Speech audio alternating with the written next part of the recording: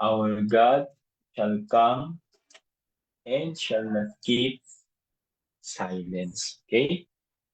Sabi po dito sa first question, how does Peter describe the coming of Christ? How does Paul picture the sounds of Jesus coming?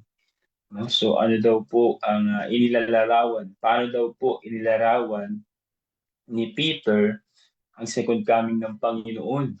At paano daw po um, binigyang linaw ni Paul ang second coming ng Panginoon? So sabi po dito sa Second Peter chapter 3 verses 10 to 12, basahin po natin mga kapatid. But the day of the Lord will come as a thief in the night, in the which the heavens shall pass away with a great noise, and the elements shall melt with fervent heat. The earth also, and the works that are therein shall be burnt up. Seeing then that all these things shall be dissolved, what manner of persons ought ye to be in all holy conversation and godliness, looking for and hasting unto the coming of the day of God, wherein the heavens being on fire shall be dissolved, and the elements shall melt with fervent heat. Ano po? So, ano daw pong manner ng pagdating ng ating Panginoong Hesus, gaya daw po ng isang magnanakaw. Alam naman po natin na kapag ang magnanakaw ay nagdakaw, ay hindi niya ito ipapaalam. Ano po, talagang palihim ito at umaatake ito kung saan yung mga tao ay nasa oras ng pahinga. No, mga kapatid, so kailangan, ano po, lagi tayong handa. No, lagi tayong aware. At ano daw po, kinakailangan, no, bago dumating ang Panginoon, kinakailangan tayo daw po ay nakapaghanda, mga kapatid. No, ano pong sabi nga po dito, ano pong klaseng tao, no? Ano pong klaseng um, tao na tayo pagdating ng ating Panginoon? Kinakailangan tayo po ay makapaganda. So pagpapatuloy po, sabi po sa First Thessalonians chapter 4 verses 16 and 1, sabi po dito, for the Lord himself shall descend from heaven with a shout, with the voice of the archangel, and with the trump of God, and the dead in Christ shall rise first. Di ba mga kapatid? So yan daw po, no? Ang manner din ng ikalawang pagparito ng Panginoon. Ano pa pong sabi ng First Corinthians chapter 15 verse 52? Sabi po dito mga kapatid, in a moment, in the twinkling of an eye, at the last trump, for the trumpet shall sound, and the dead shall be raised incorruptible, and we shall be changed. So ito na po yung promise ng Panginoon sa mga banal na kanya pong masusumpungan mga kapatid. Ano po? So talagang ito po yung napakaganda o napakasarap sa pakiramdam na maranasan mga kapatid. No? So, kailangan po atin po itong paghandaan at sikapin po natin na maging kabilang sa mga tao na ito na madadatnan ng Panginoon. Sabi po sa note natin mga kapatid, Spirit of Prophecy Volume 3, po sabi po dito, the voice that cried, it is finished, was heard among the dead. It pierced the walls of sepulchres and summoned the sleepers to arise. Thus shall it be when God's voice shall be heard, shaking the heavens and the earth. That voice will penetrate the graves and unbar the tombs. A mighty earthquake will then cause the world to reel to and fro like a drunkard. Then Christ, the King of glory, shall appear attended by all the heavenly angels. The trumpet shall sound, and the life giver shall call forth the righteous dead to immortal life. Ano mga kapatid? So ito po yung sitwasyon, no? Na kapag yung mga tao po, no, pagbaba po ng Panginoong Hesus, talagang yung mga ah, nabuhay na banal, ano po, mga nagsikap ng mga pinatulog ng Panginoon ay talagang babangon sila at talagang sila po ay mababago ng mga kapatid from mortal to immortal. Ano po, in a twinkling of an eye. Sabi nga po kanina, di ba mga kapatid? So, yun po yung magiging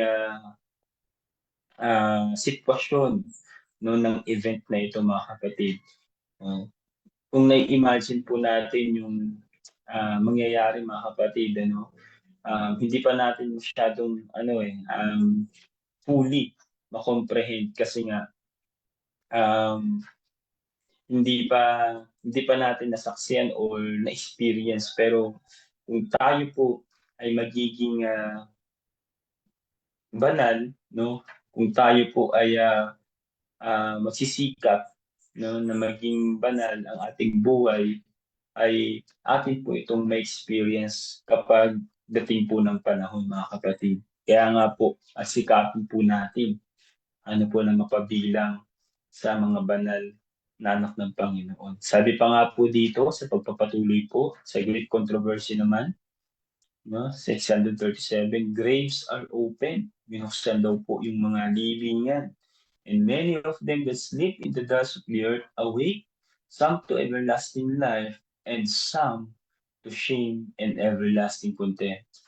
No, alam naman po natin mga kapatid na dalawang coming po no ang ini-expect natin. And I hope and I pray na lahat po tayo sa second coming magising.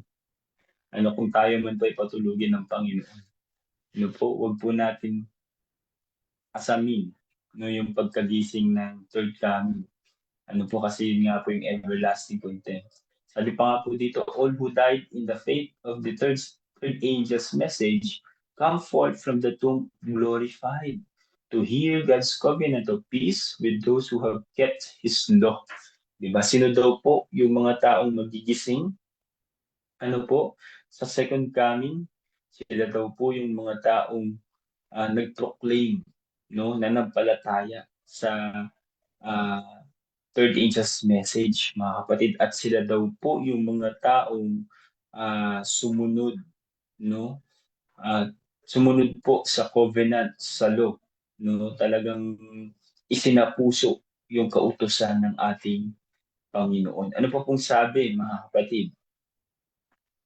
They also which pierced him, sa pagpapatuloy po, ano pa pong sabi dito? They also which pierced him, those that mocked and derided Christ's dying agonies, and the most violent opposers of his truth and his people are raised to behold him in his glory and to see the honor placed upon the loyal and obedient.